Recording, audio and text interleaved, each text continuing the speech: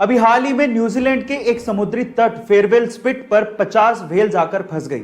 वो तो किस्मत थी कि वहां पर व्हेल्स को बचाने के लिए बहुत से वॉलंटियर्स आ गए। सबसे पहले उन्होंने व्हेल्स को शांत किया, फिर उसके बाद अधिकतर व्हेल्स को समुद्र में पहुंचा दिया।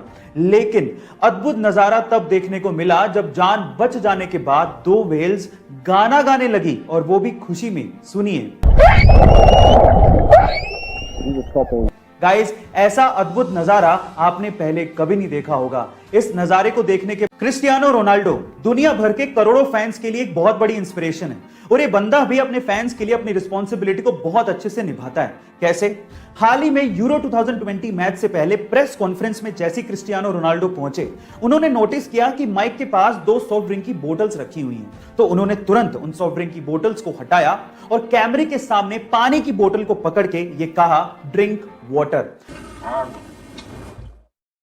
हालांकि वो सॉफ्ट ड्रिंक का ब्रांड पूरे टूर्नामेंट का ऑफिशियल स्पॉन्सर था, लेकिन इस बात की परवाह रोनाल्डो ने नहीं की और सही संदेश अपने फैंस को दिया। और ऐसा करके रोनाल्डो ने अपने फैंस में अपना विश्वास और मजबूत किया। गाइस, आपको रोनाल्डो की ये बात सुन के ये बात है 1998 की, जब पंकज त्रिपाठी थिएटर के साथ साथ एक होटल में काम भी किया करते थे ताकि उनका खर्चा निकल सके। उसी होटल में सत्ता मूवी के सिलसिले में मनोज वाजपेयी जी एक दिन के लिए रुकने आए, लेकिन जब वो होटल से निकले तो वो अपनी चप्पल रूम में ही भूल गए। वो चप्पल पंकज त्रिपाठी जी ने अपने पास ही रख ली।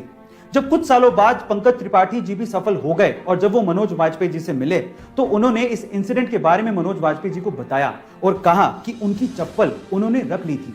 तब मनोज जी ने कहा कि तुमने क्यों रख ली थी? तो पंकज जी ने जो जवाब दिया वो आप लोगों को सुनना चाहिए। पंकज जी ने कहा कि वो मेरे लिए राम की पादुकाएं थी। इतना ज्यादा रिस्पेक्ट। कभी कभार छोटी सी चीज को लेके घरों में पार्टनर्स या फिर पति पत्नी के बीच में झगड़ा शुरू हो जाता है। हमारे ओपिनियंस मैच नहीं करते और इसीलिए हम लोग आर्ग्यूमेंट करना शुरू कर देते हैं, और सेल्फ कंट्रोल ना होने की वजह से स्थिति बद से बदतर होती चली जाती है। और अगर आप ऐसी सिचुएशन से बचना चाहते हैं तो सबसे पहले जैसे ही आपको महसूस हो कि आर्ग्यूमेंट या झगड़ा शुरू होने वाला है, अपने आप को 10 मिनट के लिए उस सिचुएशन से दूर कर लीजिए और कम से कम 10 मिनट तक आप किसी भी बात का जवाब ना दीजिए। और हो सके तो बाथरूम जाइए और उस हाथ से ब्रश कीजिए जनरली जिस हाथ से आप ब्रश नहीं करते हैं, जिससे आपका दिमाग उस प्रॉब्लम को एक नए सिरे से सोचेगा और हो सकता है कि आपको सॉल्यूशन भी मिल जाए और आपका इससे सेल्फ कंट्रोल भी बढ़ना शुरू हो जाएगा। गाइस, एक बार आजमा के देखिए, ये मेरा ट्रिक है। आपको ये जान के कैसा लगा?